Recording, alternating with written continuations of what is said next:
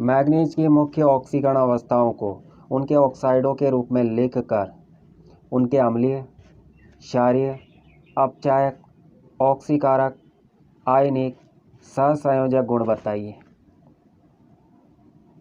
ऐसा प्रश्न आता है तो उत्तर में आपको इस सारणी को बनाना है।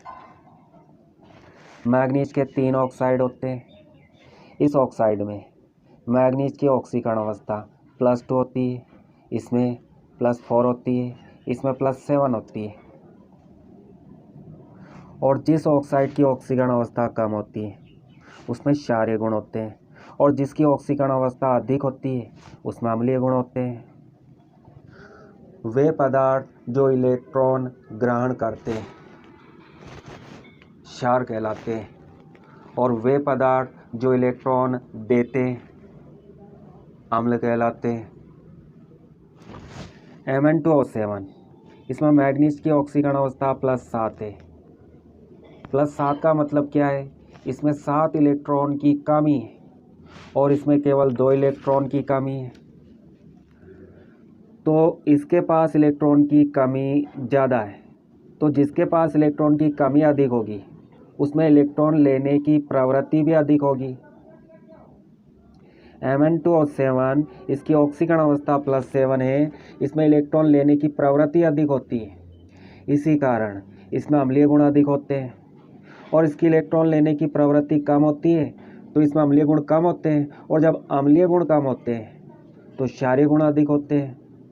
तो MnO क्षारीय होता है, Mn2O7 अम्लीय होता है, और MnO2 की ऑक्सीकरण अवस्था इन दोनों के बीच में आती है, तो MnO2 अम्लीय भी होता है, क्षारीय भी होता है। ऐसे पदार्थ जो अम्लीय और क्षारीय दोनों गुण प्रदर्शित करते हैं उनको उभयधर्मी कहते हैं। तो MnO2 उभयधर्मी ऑक्साइड है। और जिसकी ऑक्सीकरण अवस्था कम होती है उसमें आयनिक गुण अधिक होते हैं, और जिसकी ऑक्सीकरण अवस्था अधिक होती है उसमें सहसंयोजक गुण अधिक होते हैं। और ये जो बीच में आता है इसमें तो दोनों के गुण होते हैं, मध्यवर्ती होता है, मतलब इसमें आयनिक और सहसंयोजक दोनों गुण होते हैं। अच्छा चलो बताओ, अपचायक किसे कहते हैं? ऐसे पदार्थ जिनका स्वयं का ऑक्सीकरण होता है परंतु दूसरे पदार्थ का अपचयन कर देते हैं उनको अपचायक कहते हैं। स्वयं का ऑक्सीकरण होने का मतलब क्या है? जब कोई पदार्थ इलेक्ट्रॉन देता है तो उस क्रिया को ऑक्सीकरण कहते हैं। और इलेक्ट्रॉन कौन देता है? जिसके पास इलेक्ट्रॉन अधिक होते हैं। इन दोनों की तुलना करते हैं तो Mn2O7 में इलेक्ट्रॉन की कमी होती है, जबकि MnO की ऑक्सीकरण अवस्था +2 है तो इसमें इलेक्ट्रॉन की कमी नहीं होती है। यह इलेक्ट्रॉन दे सकता है, और इलेक्ट्रॉन दे सकता है तो इसका ऑक्सीकरण होगा, और जिसका ऑक्सीकरण होगा उसी को अपचायक बोलते हैं। और इसका क्या होगा? इसका अपचयन होगा। अपचयन का मतलब है इलेक्ट्रॉन को लेना, इलेक्ट्रॉन को ग्रहण करना। इसके पास इलेक्ट्रॉन की कमी है तो यह इलेक्ट्रॉन लेता है। इलेक्ट्रॉन लेना अपचयन कहलाता है। और जिस पदार्थ का अपचयन होता है वह दूसरे पदार्थ का ऑक्सीकरण करता है। ऐसे पदार्थों को ऑक्सीकारक कहते हैं। और ये जो बीच में आता है यह दोनों होता है, यह ऑक्सीकारक भी होता है और अपचायक भी होता है।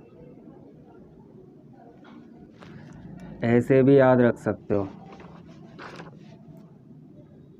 ऑक्सीकरण अवस्था कम है तो यौगिक क्या होगा? आयनिक, और ऑक्सीकरण अवस्था अधिक है तो यौगिक सहसंयोजक होगा। अम्लीय गुण, ऑक्सीकरण अवस्था अधिक है तो अम्लीय, और ऑक्सीकरण अवस्था कम है तो क्षारीय। जब ऑक्सीकरण अवस्था बढ़ती है तो अम्लीय गुण बढ़ते हैं, ऑक्सीकरण अवस्था बढ़ती है तो ऑक्सीकारक गुण भी बढ़ते हैं। ये संक्षिप्त तरीका है जिससे आप बहुत से प्रश्नों को समझा सकते हो उनकी ऑक्सीकरण अवस्था के आधार पर। MnO, Mn2O3, MnO2 को अम्लीयता के घटते क्रम में व्यवस्थित कीजिए। आपको बताना है कि इनमें से कौन अधिक अम्लीय है और कौन कम अम्लीय। जिसकी अम्लीयता अधिक होगी उससे पहले लिखना और जिसकी अम्लीयता कम होगी उससे बाद में लिखना।